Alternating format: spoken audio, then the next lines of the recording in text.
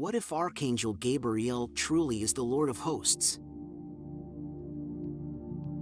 Satan could come to Urantia because you had no son of standing in residence, neither planetary prince nor material son.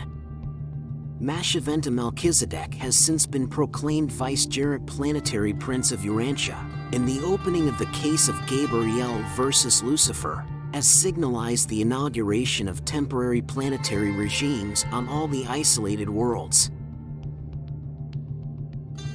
It is true that Satan did periodically visit Caligastia and others of the fallen princes right up to the time of the presentation of these revelations, when there occurred the first hearing of Gabriel's plea for the annihilation of the Arch-rebels. Satan is now unqualifiedly detained on the Jerusalem prison worlds. Notwithstanding the long delay, as time is reckoned on Urantia, in adjudicating the Lucifer rebellion, we may record that during the time of effecting this revelation, the first hearing in the pending case of Gabriel versus Lucifer was held on Uversa, and soon thereafter there issued the mandate of the Ancients of Days, directing that Satan be henceforth confined to the prison world with Lucifer. This ends the ability of Satan to pay further visits to any of the fallen worlds of Satania. Justice in a mercy-dominated universe may be slow, but it is certain.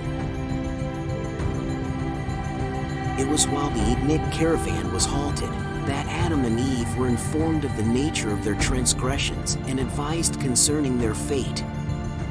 Gabriel appeared to pronounce judgment, and this was the verdict. The planetary Adam and Eve of Urantia are adjudged in default. They have violated the covenant of their trusteeship as the rulers of this inhabited world. They did not long rest in the oblivion of the unconscious sleep of the mortals of the realm. On the third day after Adam's death, the second following his revered burial, the orders of Lana Forge, sustained by the acting Most High of Eden Tia and concurred in by the Union of Days on Solvington, acting for Michael, were placed in Gabriel's hands, directing the special roll call of the distinguished survivors of the Adamic default on Urantia.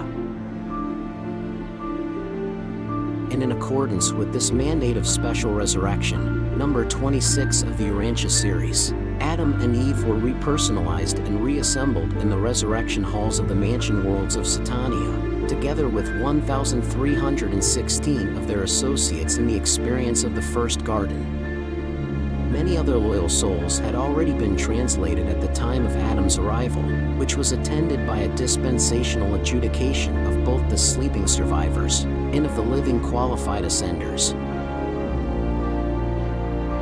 Masheventa terminated his bestowal as a creature of flesh and blood just as suddenly and unceremoniously as he had begun it. Neither his appearance nor departure were accompanied by any unusual announcement or demonstration.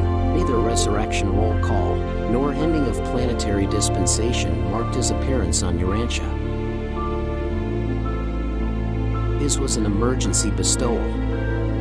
But Masheventa did not end his sojourn in the flesh of human beings until he had been duly released by the Father Melchizedek, and had been informed that his emergency bestowal had received the approval of the Chief Executive of Nebadon, Gabriel of Solvington.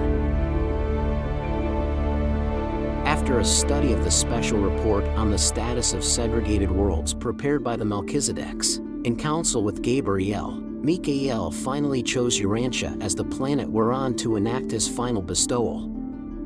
Subsequent to this decision, Gabriel made a personal visit to Urantia, and as a result of his study of human groups and his survey of the spiritual, intellectual, racial, and geographic features of the world and its peoples, he decided that the Hebrews possessed those relative advantages which warranted their selection as the bestowal race. Upon Michael's approval of this decision, Gabriel appointed and dispatched to Urantia the Family Commission of 12, selected from among the higher orders of universe personalities, which was entrusted with the task of making an investigation of Jewish family life. When this commission ended its labors, Gabriel was present on Urantia and received the report nominating 3 prospective unions as being, in the opinion of the commission, equally favorable as bestowal families for Michael's projected incarnation. From the 3 couples nominated, Gabriel made the personal choice of Joseph and Mary, subsequently making his personal appearance to Mary, at which time he imparted to her the glad tidings that she had been selected to become the earth mother of the bestowal child. Yeshua's life work on your rancho was really begun by John the Baptist. Zacharias, John's father, belonged to the Jewish priesthood, while his mother, Elizabeth, was a member of the more prosperous branch of the same large family group to which Mary, the mother of Yeshua, also belonged. Zacharias and Elizabeth, though they had been married many years, were childless. It was late in the month of June, 8 BC, about 3 months after the marriage of Joseph and Mary, that Gabriel appeared to Elizabeth at noontide one day, just as he later made his presence known to Mary. Said Gabriel, "While your husband, Zacharias, stands before the altar in Jerusalem, and while the assembled people pray for the coming of a deliverer, I, Gabriel, have come to announce that you will shortly bear a son who shall be the forerunner of this divine teacher, and you shall call your son John. He will grow up dedicated to the Lord your God, and when he has come to full years, he will gladden your heart because he will turn many souls to God, and he will also proclaim the coming of the soul healer of your people, and the spirit liberator of all mankind. Your kinswoman Mary shall be the mother of this child of promise, and I will also appear to her." This vision greatly frightened Elizabeth. After Gabriel's departure, she turned this experience over in her mind, long pondering the sayings of the majestic visitor, but did not speak of the revelation to anyone, save her husband, until her subsequent visit with Mary in early February of the following year. For 5 months, however, Elizabeth withheld her secret even from her husband. Upon her disclosure of the story of Gabriel's visit, Zacharias was very skeptical and for weeks doubted the entire experience, only consenting half-heartedly to believe in Gabriel's visit to his wife, when he could no longer question that she was expected with child. Zacharias was very much perplexed regarding the prospective motherhood of Elizabeth, but he did not doubt the integrity of his wife, notwithstanding his own advanced age. It was not until about 6 weeks before John's birth that Zacharias, as the result of an impressive dream, became fully convinced that Elizabeth was to become the mother of a son of destiny, one who was to prepare the way for the coming of the Messiah. Gabriel appeared to Mary about the middle of November, 8 BC, while she was at work in her Nazareth home. Later on, after Mary knew without doubt that she was to become a mother, she persuaded Joseph to let her journey to the city of Judah, 4 miles west of Jerusalem, in the hills, to visit Elizabeth. Gabriel had informed each of these mothers-to-be of his appearance to the other.